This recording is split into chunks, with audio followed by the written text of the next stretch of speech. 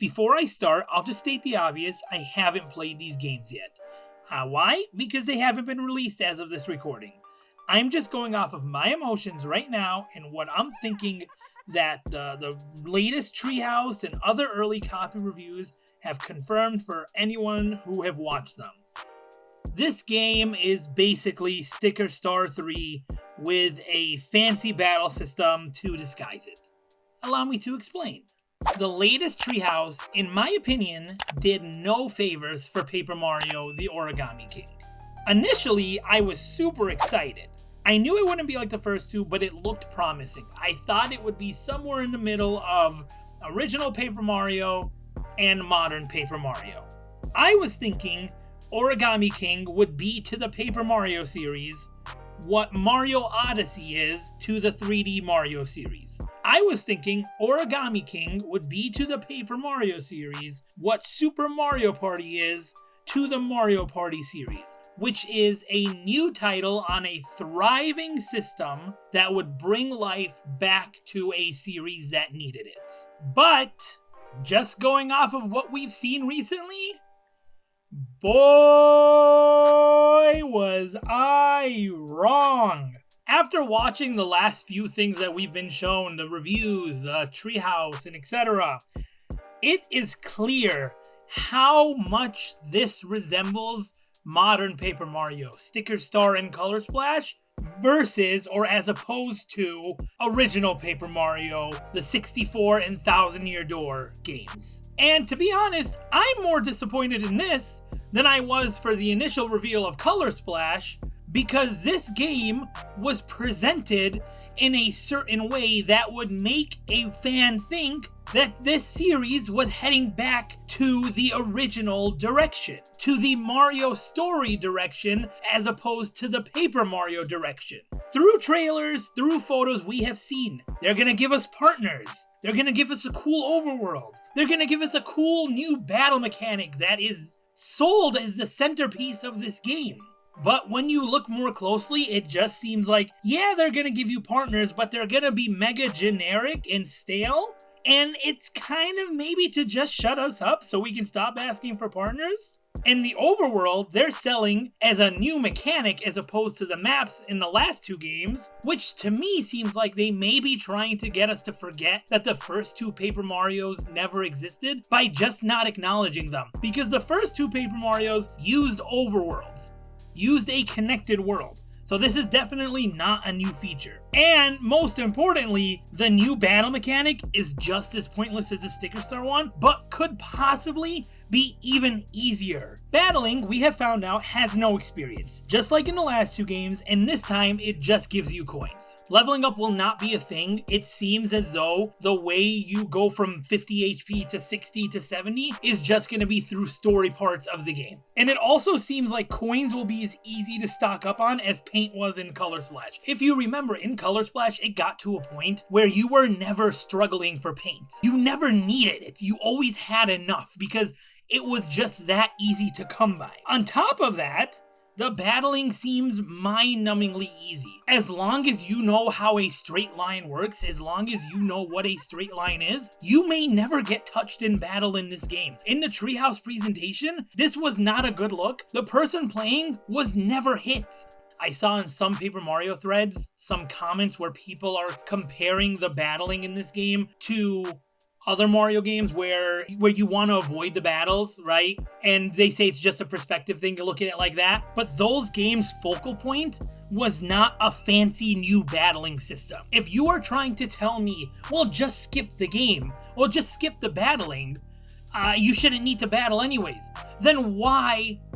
What is the point of the battling? I saw another comment where somebody said it's all about perspective and compared this battling system to Breath of the Wild because in Breath of the Wild, you also don't level up. What? I guess if your perspective is the lying to yourself perspective, then you're right.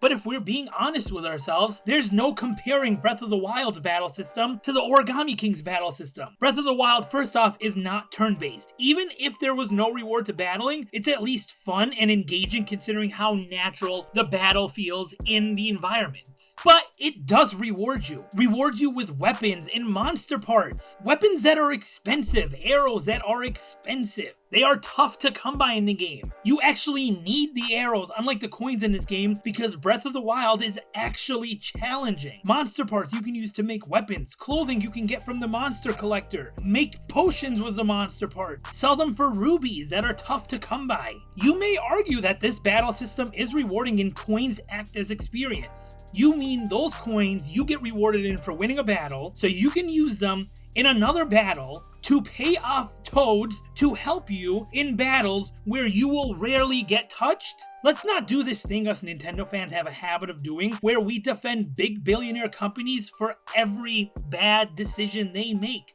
They were being innovative. They tried their best. They were hoping for a new experience we'd love.